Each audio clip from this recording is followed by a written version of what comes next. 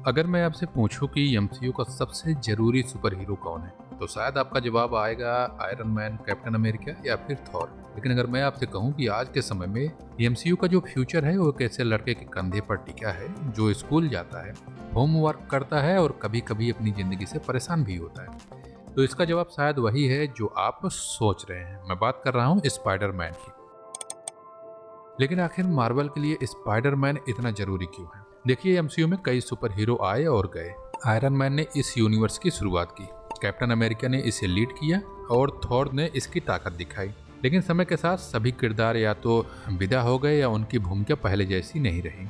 अब मार्वल को एक ऐसे हीरो की जरूरत थी जो नई पीढ़ी को भी पसंद आए और पुराने फैंस को भी जोड़े रखे, और यही जो स्पेस है उसे स्पाइडरमैन ने भरने का काम किया। स्पाइडरमैन बाकी सुपर हीरो जैसा नहीं है, ना वो कोई अरबपति है, ना ही वो किसी दूसरे ग्रह से आया है। वो एक आम लड़का है जिसका नाम पीटर पार्कर है।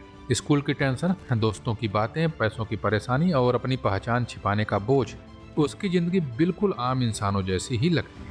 यही वजह है कि लोग उसे सिर्फ देखते नहीं हैं बल्कि खुद को उसमें महसूस करते हैं। जब स्पाइडरमैन ने कैप्टन अमेरिका सिविल वॉर में पहली बार एंट्री की तो पूरा थिएटर तालियों से गूंज उठा। छोटा सा किरदार होने के बावजूद उसने सबका ध्यान अपनी ओर खींच लिया था। फिर टोनी स्टार्क ने उसे अपना शिष्य बनाया। दोनों के बीच का रिश्ता एमसीयू के सबसे भावुक यानी इमोशनल रिश्तों में एक बन गया।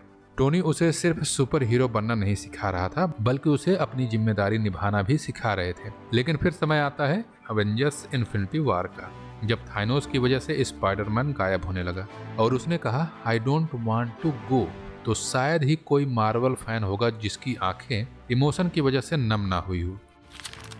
यहीं से साबित हो गया कि स्पाइडरमैन अब सिर्फ एक किरदार नहीं बल्कि एमसीयू की सबसे इमोशनल पहचान बन चुका था। इसके बाद आता है एवेंजर्स एंड गेम का समय और उसमें उसकी वापसी होती है। लेकिन असली चुनौती तब शुरू होती है जब टोनी स्टार्क इस दुनिया में नहीं रहते।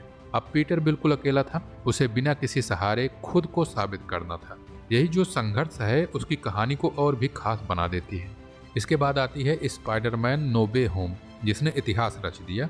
एक ही फिल्म में तीनों अलग अलग स्पाइडरमैन को एक साथ देखकर दुनिया भर के जो फैंस थे वो काफी इमोशनल हो गए। इस फिल्म ने न सिर्फ बॉक्स ऑफिस पर रिकॉर्ड बनाए बल्कि ये भी साबित कर दिया कि स्पाइडरमैन आज भी मार्वल की सबसे बड़ा चेहरा है। लेकिन स्पाइडरमैन सिर्फ टिकट बेचने के लिए जरूरी नहीं है, वो एमसीयू के पुराने और नए दौर के बीच एक पुल की तरह है। स्पाइडरमैन अपने पुराने दर्शकों को अपने बचपन की याद दिलाता है, जबकि नए दर्शकों को एक ऐसा हीरो देता है जिससे वह आसानी से जुड़ सकते।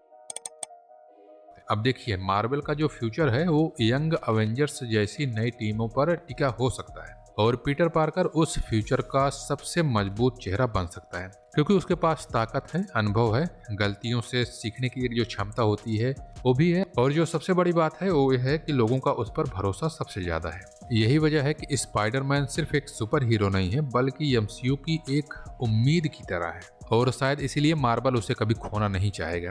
आपकी नज़र में एमसीयू का सबसे इम्पोर्टेंट सुपर हीरो कौन है, स्पाइडरमैन या कोई और? अपनी राय कमेंट सेक्शन में जरूर बताइए। अगर ये वीडियो आपको पसंद आया है तो लाइक जरूर करें और चैनल को सब्सक्राइब भी करें ताकि ऐसे ही शानदार कंटेंट आपको समय पर मिलते रहें।